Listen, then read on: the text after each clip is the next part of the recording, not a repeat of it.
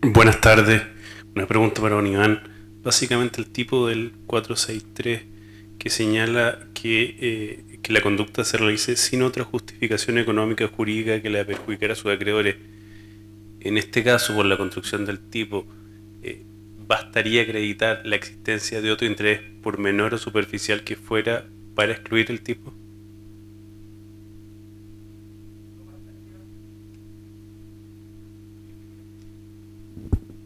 En mi opinión, esa fórmula es una fórmula amplia y el tipo no exige otro perjuicio o otro tipo de conducta, sino que lo que realiza el deudor sea contraria a esta gestión económica. No veo yo, al menos el sentido literal del tipo, que exija más requisitos que ese. Aparte de la conducta, que esa conducta que se realiza de disposición de bienes, ejecutar actos, sea contraria o sin una justificación económica. Ejemplo, tengo una tienda y tengo todas las existencias de productos a la venta. Entonces veo que mi competencia me va ganando terreno y vende más que yo. Y pongo una oferta. Liquido todos los precios, rebajas del 90%. Entonces hay dos caminos. O se trata de una conducta risoria sin justificación económica, o puedo yo alegar que había una justificación económica. Cualquiera de las dos fórmulas se puede aplicar. Pero ¿cuándo va a ser correcto o cuándo va a ser incorrecto? Pues si yo le digo al juez, mire, yo incluso poniendo el precio al 90% de descuento, gano. Si gano, entonces obtengo una ventaja y ya no cabe afirmar que esa conducta es sin justificación económica. Ahora, si lo que yo hago es vender los precios al 90% de su valor real o de mercado y estoy perdiendo efectivamente el 90% de valor, lo que va a pasar con esas ventas es que el ingreso que yo obtenga va a ser siempre deficitario y no se va a justificar económicamente. No sé si quedó más o menos clara la respuesta. Recurriendo a un criterio normativo, usted entendiera que no hay una justificación económica que razonablemente permita a la redundancia justificar la construcción. Pero mira otra razón de necesidad menor, superficial, que incluyera el tipo, porque el tenor literal dice otra, sin otra justificación. Por ejemplo, le doy todo el patrimonio que tengo a un familiar porque le quiero mucho, por ejemplo. La justificación sería justificación racional, ¿no? O sea, no, sentimental. La liquidación de la sociedad conyugal. O sea, Sí. usted lo conoce en un lugar que efectivamente considera desde que una persona directamente nada particular en la ley de direcciones generales. Pero también podría haber un patrimonio que pudiera ser formado por bienes de la mujer que fueran destinados a la sociedad nacional que razonablemente quisieran llegar a un buen Sí. el acreedor no contrata sabiendo lo que tiene que dentro de su sociedad conyugal. Mira, Ujú. usted encuentra otras justificaciones que eventualmente incluyen o no.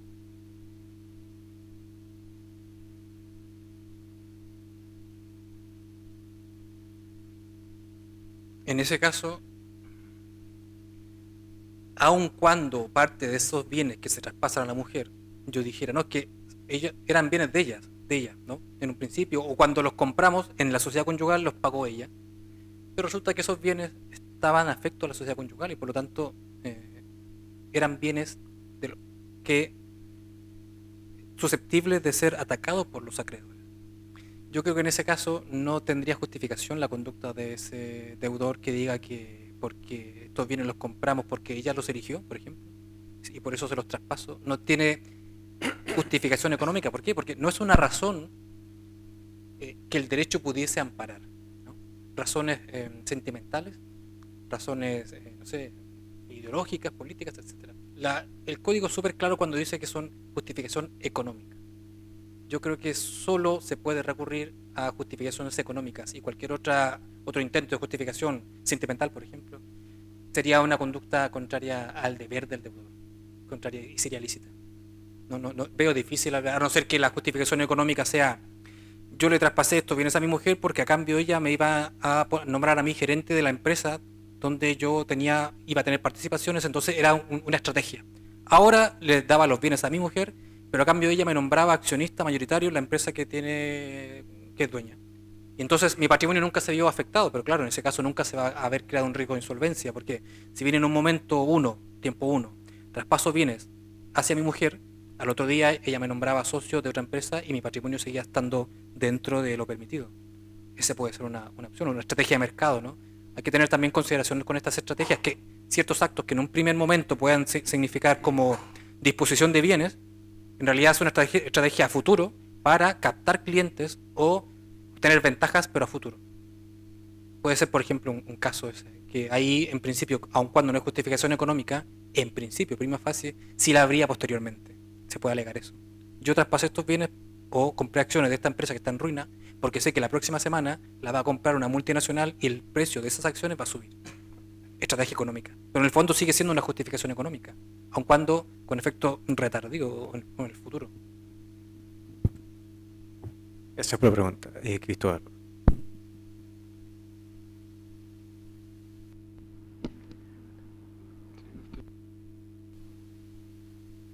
No, quería agradecerles a ambos expositores por sus ponencias y hacerle una pregunta al profesor Navas respecto al bien jurídico que usted planteó al comienzo. Y quizás es una pregunta un poco particular en el sentido que en una sana discusión quería dar algunas buenas razones de por qué me parece que podría ser un bien jurídico colectivo, y no tengo ninguna duda que usted debe tener muy buenas razones para sostener lo que sostiene, que es individual.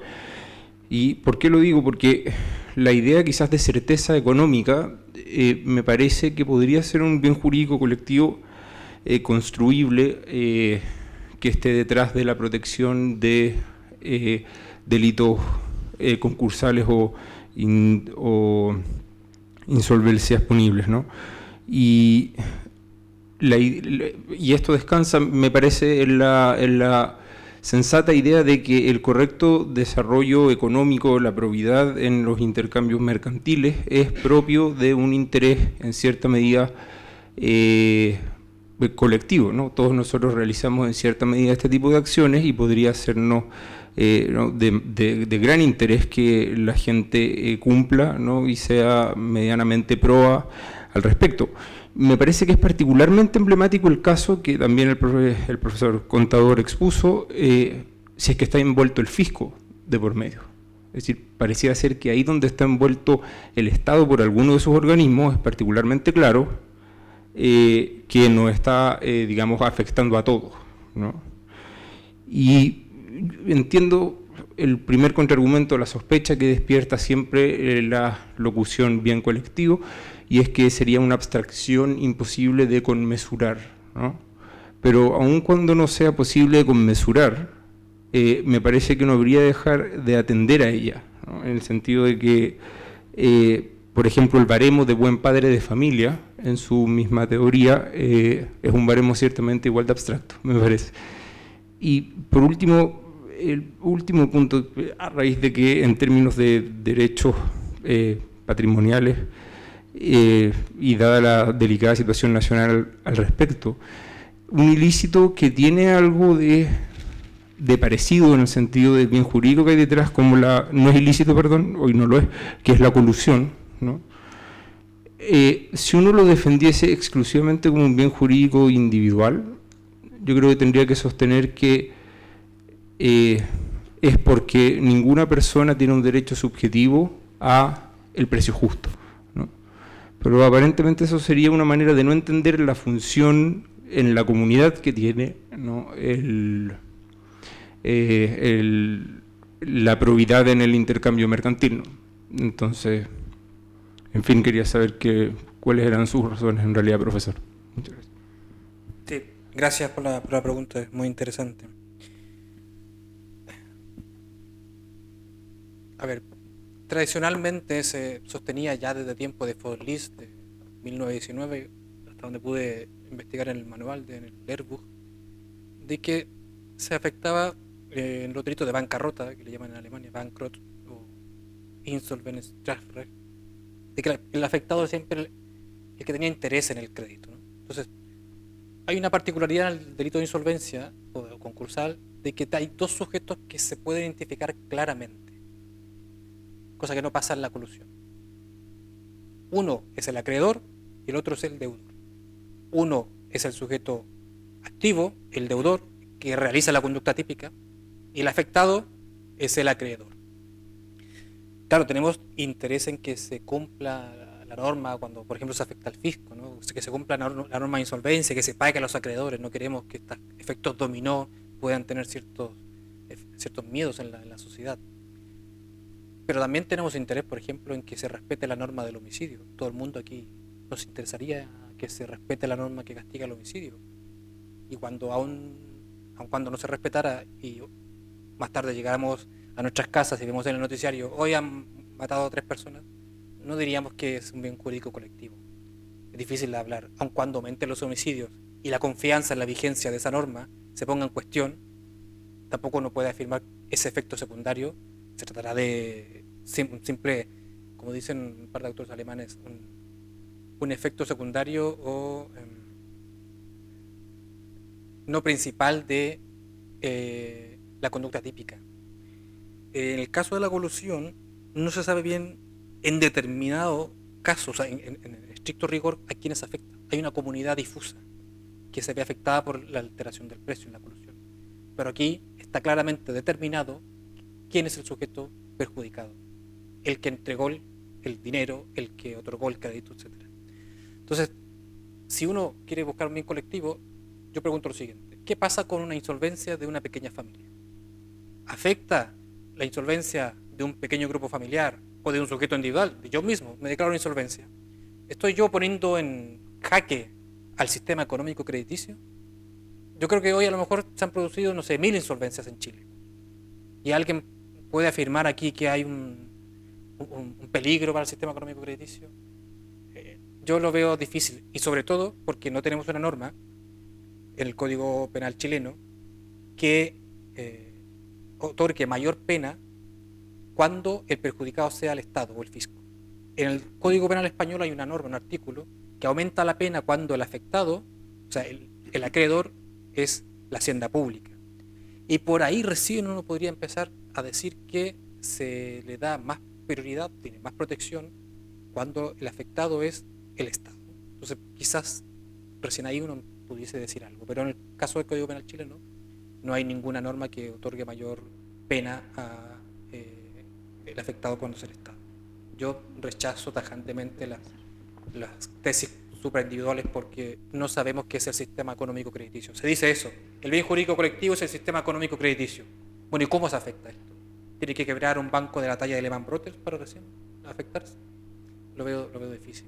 A mí no me convencen todavía. Bueno, una última pregunta por tema de tiempo. Primero, felicitar a ambos expositores y quería consultar a don Nelson, efectivamente, siendo abogado en este caso, en lo personal del fisco, efectivamente todos esos casos emblemáticos siempre, y respondiendo a lo último que señaló acá el profesor, siempre se atenta contra la hacienda pública y siempre se generaron en general persecuciones por delito tributario. Y yo creo, no sé, quiero ver la opinión de los dos, sobre todo del desarrollo jurisprudencial, que tanto los delitos tributarios, que si bien no son lo mismo, pero se asemejan, el conocimiento de la ilicitud de la conducta, acá como puso acá el profesor respecto de las imputaciones objetivas, es el tema a acreditar. Que efectivamente, como exponía el profesor don Nelson, efectivamente la ley de quiebra en los delitos anteriores, ese era el principal problema. ¿Cómo acreditaba yo el dolo en la conducta, en el fondo, del deudor? Y que es el mismo problema que efectivamente uno se ve y uno lo vio ahora en la prensa a propósito de los delitos tributarios. Y también se dio exactamente la misma problemática de si el delito tributario es pluriofensivo o solo protege la hacienda pública.